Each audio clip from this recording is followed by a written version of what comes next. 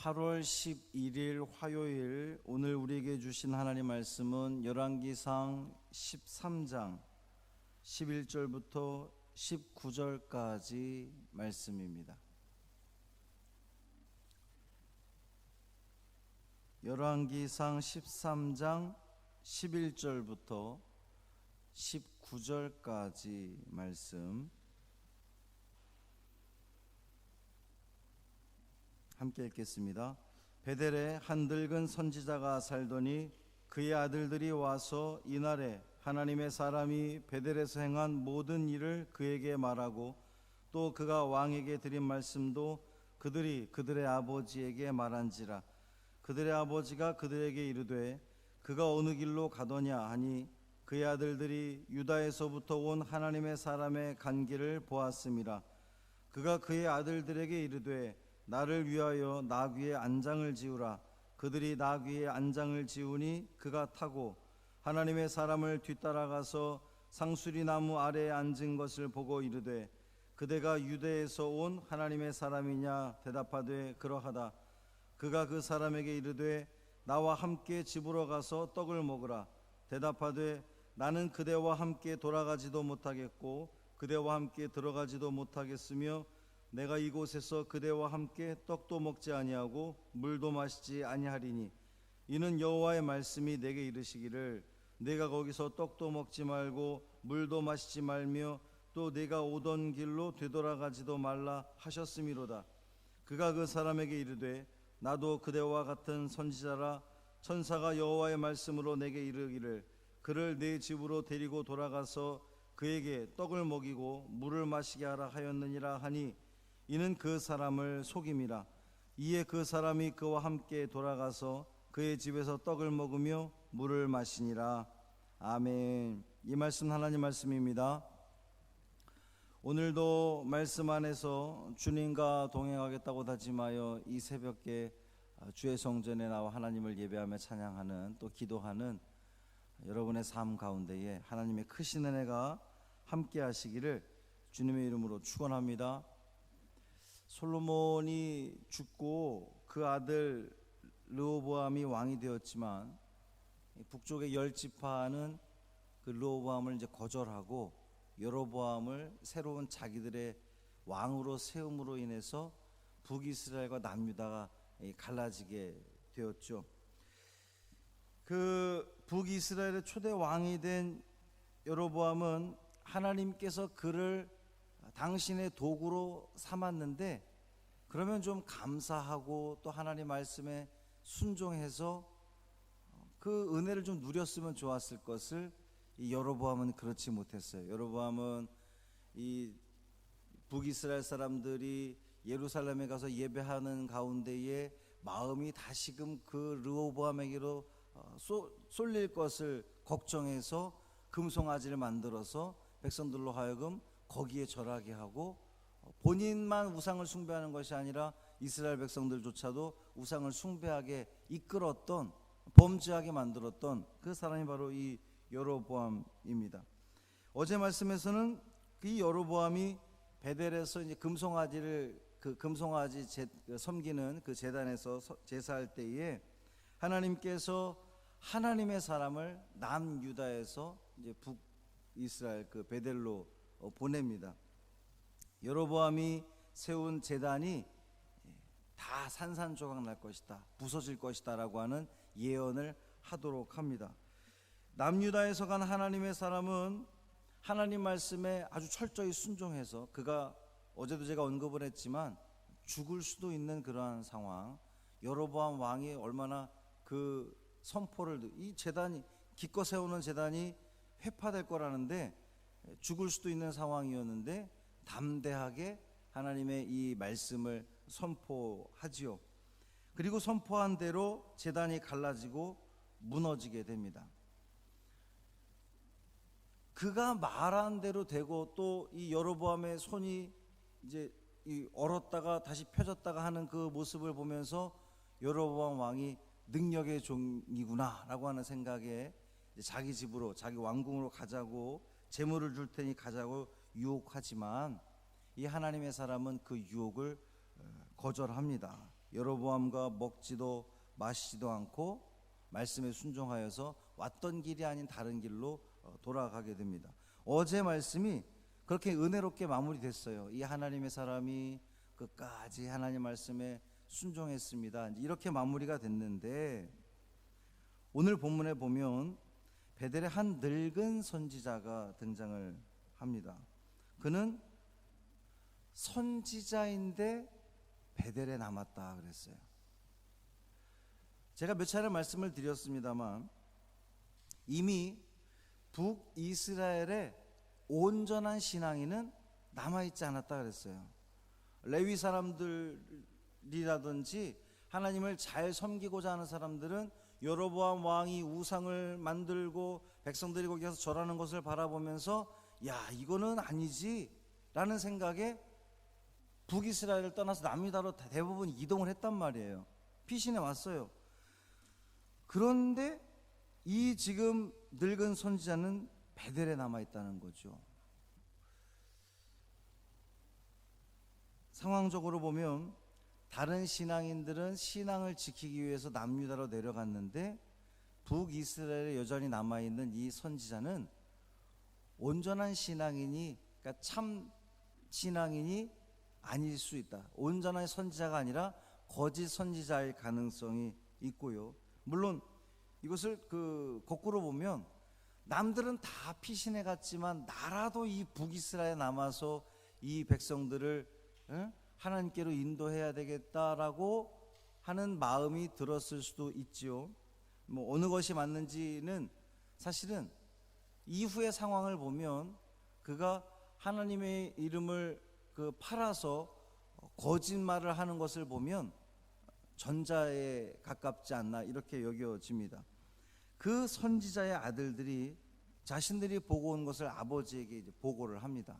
그러니까 그 아들들도 베델 제단에서 함께 그 자리에 있었던 거예요.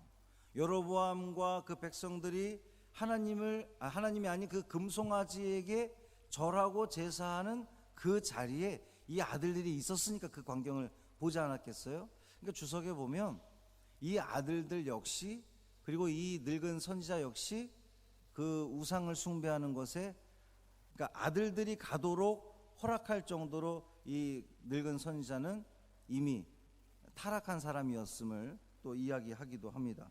어쨌든 이 아들들이 본 내용은, 아들들이 아버지에게 와서 말한 내용은 여로보암 왕이 제사를 지내고 있을 때에 남유다에서 하나님의 사람이 왔고 이 제단이 회파될 거라고 선포했는데 실제로 그것이 다 무너져 버렸고, 그리고 여로보암의 손이 얼었다가 펴지는 그러한 일이 있었다. 그리고 그가 돌아갔다, 남유다로 돌아갔다. 이런 이 이야기를 그대로 전하고 있습니다.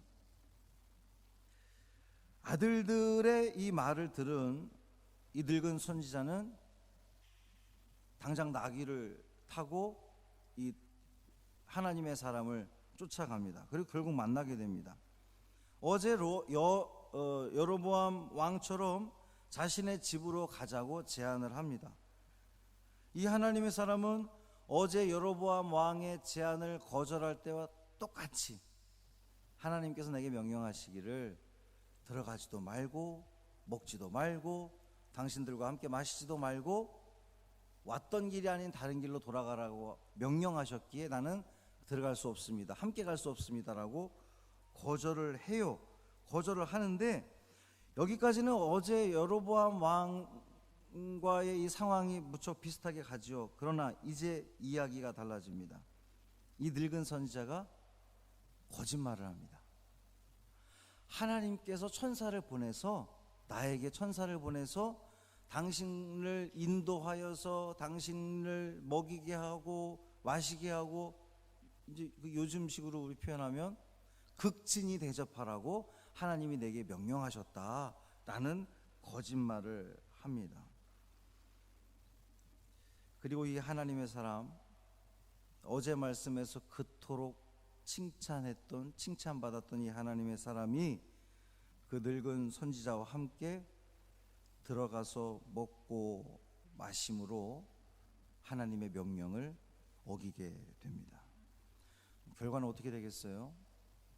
당연히 하나님으로부터 이 하나님의 사람은 버림받게 심판받게 될 것입니다. 그것은 내일 말씀에서 확인하도록 하겠습니다. 오늘 말씀에서 우리가 얻을 수 있는 하나님의 뜻은, 저는 이 늙은 선지자에게는 관심이 없습니다.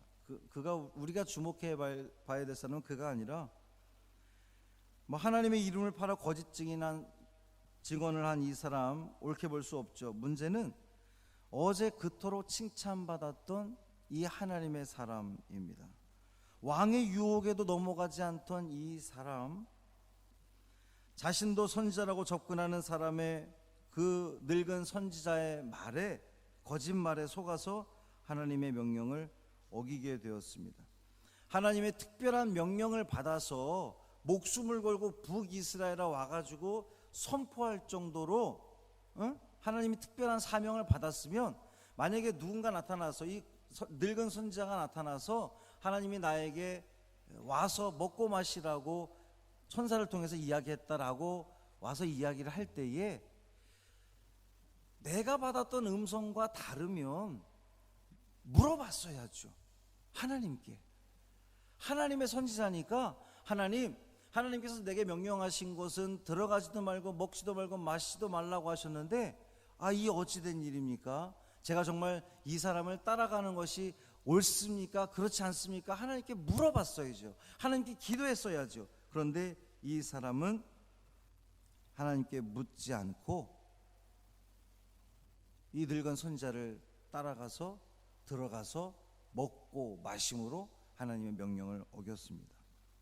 혹시 본문에 그런 표현은 없습니다만, 혹시 빨리 귀국하지 않고 남유다로 속히 내려오지 않고 상수리 나무 아래에 앉아서 자신의 그 돌아올 길을 지체할 만큼 여로보암 왕이 자기를 와서 다시금 데려가기를, 재촉하기를 기다렸던 것은 아닐까. 그가 그렇게 거절하고 재물을 거절하고 왔잖아요. 왕이 재물을 주겠다는 그 제안을 거절하고 왔는데, 혹시 상수리 나무의 아래에 앉아서 그냥 받을 걸 그랬나? 라고 하는 후회를 하고 있었던 것은 아닐까.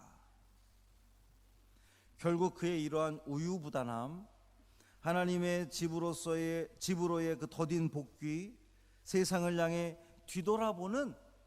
가다가 뒤돌아보는 마치 롯의 아내와 같은 신앙의 태도가 결국 하나님 말씀에 순종하지 못하게 만들었고 그의 비참한 종말을 가져오게 했다는 거죠. 사랑하는 성도 여러분, 하나님의 말씀을 들었고 그 말씀에 순종하겠다고 다짐이 되었다면 여러분 지체하지 마시기를 바랍니다. 지체하고 한 번 더 생각하고 뒤돌아보는 순간 사단은 그 마음에 들어가서 뭘 그렇게까지 해, 우리를 유혹하고 결국 이 하나님의 사랑, 우리가 어제 말씀에서 그토록 이 대단한 자기의 목숨이 위태로운 그 상황 속에서도 끝까지 순종했던 사람이라고 칭송했던 이 하나님의 사람이 결국 하나님의 말씀을 어기게 되고 내일 말씀에서는 그가 죽임을 당하게 되죠. 즉각적인 순종, 쉼없는 신앙의 전진을 통해서 우리 하나님께 영광 돌리고 하나님께 끝까지 쓰임받는 우리 모두의 삶이 되기를 주님의 이름으로 축원합니다. 할렐루야. 살아계신 아버지 하나님 고맙습니다. 멈추지 말았어야 됩니다. 그는 주저앉지 말았어야 합니다. 상수리 나무 아래에서 쉴 것이 아니라 속히 남유다로 돌아갔어야 했습니다. 그러나 그는 멈추었습니다. 지체했습니다. 그러다가 결국 거짓말에 속아서 하나님의 명령을 어기게 되는 잘못을 범하게 됩니다. 주여, 우리의 모습도, 우리의 신앙의 모습도 이러한 경우가 없는지 돌아보게 하여 주옵소서.